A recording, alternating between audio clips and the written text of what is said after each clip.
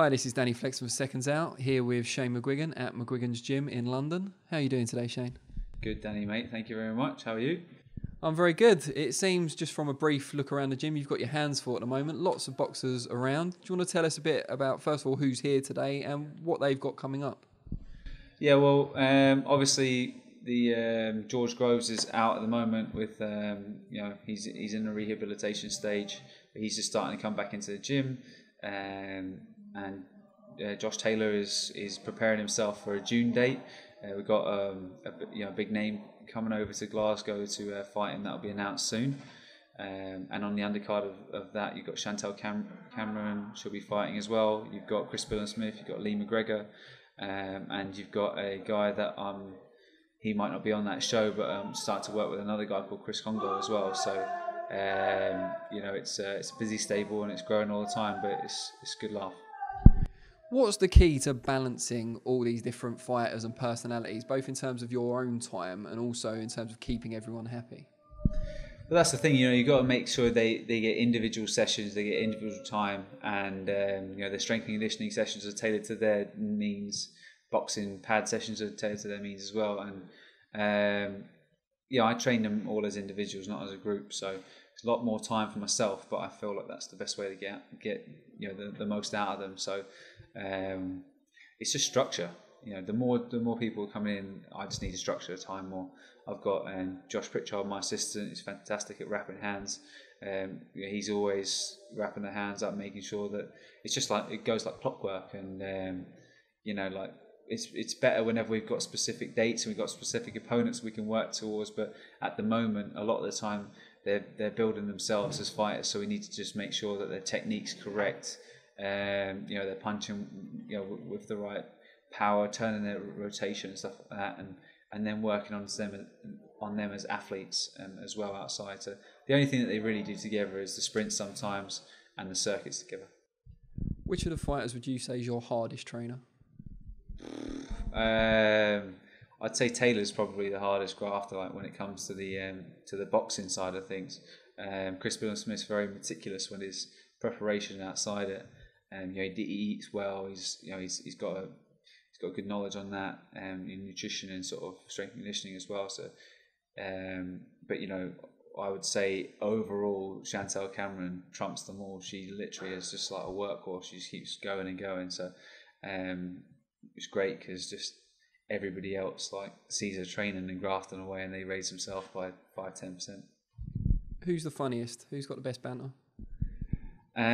Scottish banter is a bit different to the old to the English banter. I think George is witty. He's very funny. Taylor's funny because he's mad. George is very witty. Chris Smith, he's funny as well. So they're all funny. A good bunch of lads.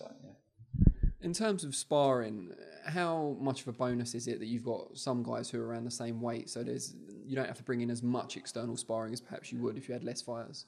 Yeah, exactly. Obviously, you've got with George, for instance, we bring in. He's at that level now where he's, we get in sparring partners. We know who he's boxing way out, and we can tailor his whole sparring sessions around it. But even with Josh Taylor, like he's getting to that stage now as well. But you've got the likes of Chris Congo, who's a fantastic fighter, and the reason I'm working with Chris is because I feel like he's been down the gym sparring so many times. We got to know each other, and obviously since his split, his brother Elvis came to us, and just thought this was a stable for him, and he's fitted in really well. So you got another kid that has come down the gym quite a lot, a kid called Jack Hillier. He spars a lot with Lee McGregor. So there is in-house sparring, but I don't like them to spar too much all the time because a little bit of competition is healthy, but we don't want them taking each other's heads off or